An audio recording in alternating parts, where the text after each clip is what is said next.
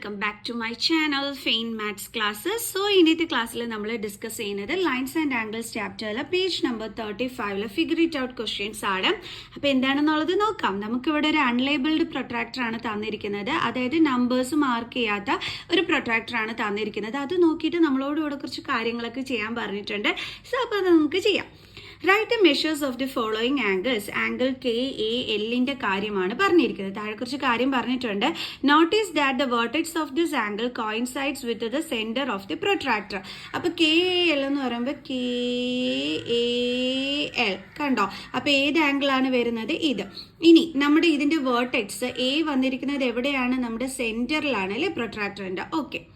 So the number of units of 1 degree angle between KA and AL gives the measure of angle KAL. അതായത് ഇതാണ് KA എന്ന് പറയുന്നത്, okay, and ഇതാണ് AL എന്ന് പറയുന്നത്. അപ്പൊ ഇതിന്റെ ഇടയിലുള്ള ഈ ഒരു നമ്പർ ഓഫ് യൂണിറ്റ്സ് നമുക്ക് എന്ത് തരുന്നു? ആംഗിൾ KALന്റെ മെഷർമെന്റ് തരുന്നു. നമുക്കിത് കൗണ്ട് ചെയ്യുമ്പോൾ ആംഗിൾ KALന്റെ മെഷർമെന്റ് കിട്ടും എന്നാണ് പറഞ്ഞിരിക്കുന്നത്. നമുക്ക് കൗണ്ട് ചെയ്ത് നോക്കാം. ഈ ലാർജ് സൈസ് മാർക്കില്ലേ, ഈ നല്ല വലുതായിട്ട് എടുക്കുന്ന അതിന് നമ്മൾ 10 ആയിട്ടാണ് എടുക്കുന്നത്. വീണ്ടും ലാർജ് സൈസ് കിടക്കുന്നത് ഇതാ ഇവിടെയാണ്, അപ്പൊ അത് 20. അടുത്ത ലാർജ് സൈസിലാണ് ഈ ലൈൻ വന്നിരിക്കുന്നത്, അപ്പൊ അത് എന്താണ്? 30. സോ അപ്പൊ നമുക്ക് കൗണ്ട് ചെയ്തപ്പോൾ എത്രയാണ് വന്നത്? 30 ആണ് വന്നത്. ഓക്കെ, മിസ് ഒന്നും കൂടി കാണിച്ചു തരാം. അതായത് ഈ ലാർജ് സൈസ് മാർക്ക് വരെ എന്താ വരുന്നത്? 10. അടുത്ത ലാർജ് സൈസ് മാർക്ക് വരെ 20. അടുത്തത് വരുമ്പം 30. കണ്ടോ. അപ്പൊ നമുക്ക് എത്ര കിട്ടി? Angle KAL 30. അപ്പൊ ഈ ഒരു ഇത് നോക്കിയിട്ടാണ് നമ്മൾ മെഷർമെന്റ് കണ്ടുപിടിച്ചത്. അതായത് KA അതേപോലെ AL എന്നതിന് ഇടയിലുള്ള ഇത് നോക്കിയിട്ടാണ് നമ്മൾ അതിന്റെ മെഷർമെന്റ് കണ്ടുപിടിച്ചത്. ഓക്കെ.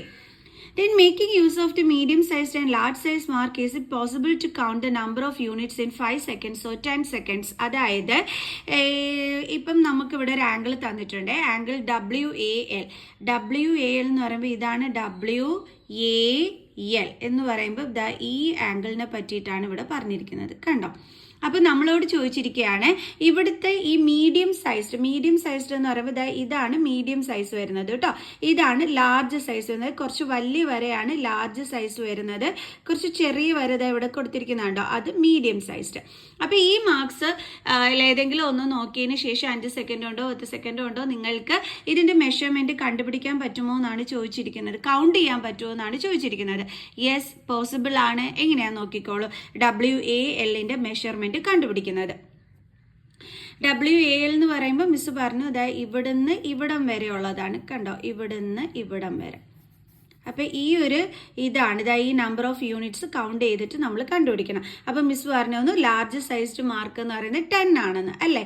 അപ്പൊ ഇതേ നോക്കിക്കോ, 10, then 20, അടുത്തത് 30, then 40, then അടുത്തത് 50. അപ്പൊ എത്രയാണ് നമുക്ക് കിട്ടിയത്?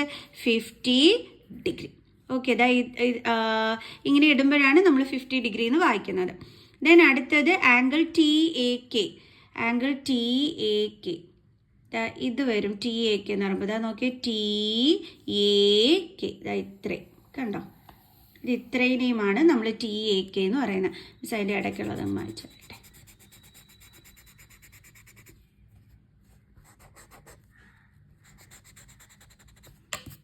കണ്ടോ. അപ്പൊ നമ്മൾ നോക്കേണ്ടുള്ളത് ഇവിടുന്ന് ഇവിടം വരെയാണ് നോക്കേണ്ടത്. നമുക്ക് കൗണ്ട് ചെയ്യാം. 10, then അടുത്തത് 20. മിസ് ലാർജ് സൈസ് മാർക്കാണ് നോക്കുന്നത്. 30, then 40, then 50, then 60, 70, 80, then 90, then 100, 110, 120. Okay. അപ്പൊ നമുക്ക് എത്രയാണ് കിട്ടിയത്? 120 ഡിഗ്രി. കണ്ടോ. ഇതിപ്പോൾ നമ്മൾ ലാർജ് സൈസ് മാർക്ക് യൂസ് ചെയ്തിട്ടാണ് കണ്ടുപിടിച്ചത്. ലാർജ് സൈസ് മാർക്ക് എന്ന് പറഞ്ഞാൽ കുറച്ച് ഇറങ്ങി കിടക്കുന്നുണ്ടോ, ആ വലിയ മാർക്ക് യൂസ് ചെയ്തിട്ടാണ് നമ്മളിപ്പം ഈ ഒരു മെഷർമെന്റ് ഇവിടെ കണ്ടുപിടിച്ചത്. ഇതേപോലെ തന്നെ മീഡിയം സൈസ് മാർക്ക് യൂസ് ചെയ്തിട്ട് നമുക്ക് കണ്ടുപിടിക്കാൻ പറ്റും. മീഡിയം സൈസ് മാർക്ക് എന്ന് പറഞ്ഞു കഴിഞ്ഞാൽ ഈ ലൈനിന് പുറത്തോട്ട് പോകാതെ കിടക്കുന്ന വലിയ ലൈൻ കണ്ടോ, ഇതാണ് നമ്മുടെ മീഡിയം സൈസ്ഡ് മാർക്ക് എന്ന് പറയുന്നത്. അപ്പൊ അത് കൗണ്ട് ചെയ്തിട്ട് നമുക്ക് കണ്ടുപിടിക്കാൻ പറ്റും. അതെങ്ങനെയാണെന്നുള്ളത് നമുക്ക് നമുക്ക് നോക്കാം. ഈ ഒരു ലൈൻ കണ്ടോ നിങ്ങൾ പോയിരിക്കുന്നത്, ഈ ലൈനിന് പുറത്തോട്ട് പോയി കിടക്കുന്നതാണ് ലാർജ് സൈസ് മാർക്ക്.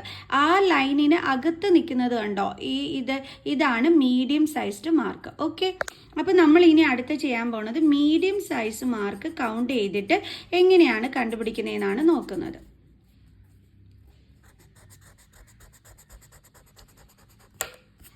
ഓക്കെ, ആദ്യം നമുക്ക് TAK കണ്ടുപിടിക്കാമേ. TAK എന്ന് പറഞ്ഞാൽ മിസ് മാർക്ക് ചെയ്തിട്ടിട്ടുണ്ട്. ഇത് ഫുള്ളി വലിയ ആംഗിൾ.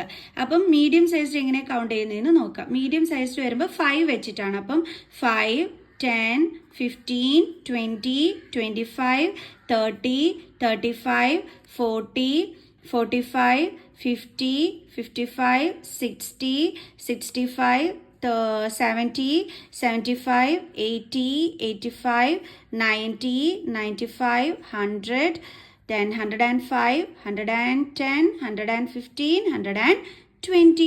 കണ്ടോ? ഓക്കെ, ഇനി അതേപോലെ നമുക്ക് WAL കണ്ടുപിടിക്കാം. ഇനി അടുത്ത് നമ്മൾ കണ്ടുപിടിക്കാൻ പോകുന്നത് WAL അല്ലേ.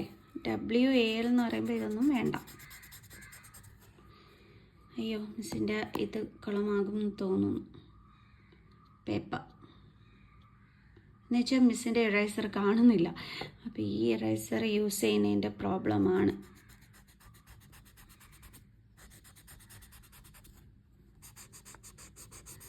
വരും, ഇതൊക്കെ മിസ് റബ്ബ് ചെയ്തു.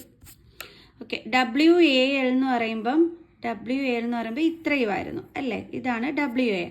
അപ്പോൾ നമ്മൾ ചെറുത് നോക്കിയിട്ടാണ് മീഡിയം സൈസ്ഡ്. അപ്പോൾ ഇതേ നോക്കിയാൽ 5, then 10, 15, 20, 25, 30, 35, 40, 45, 50. കണ്ടോ?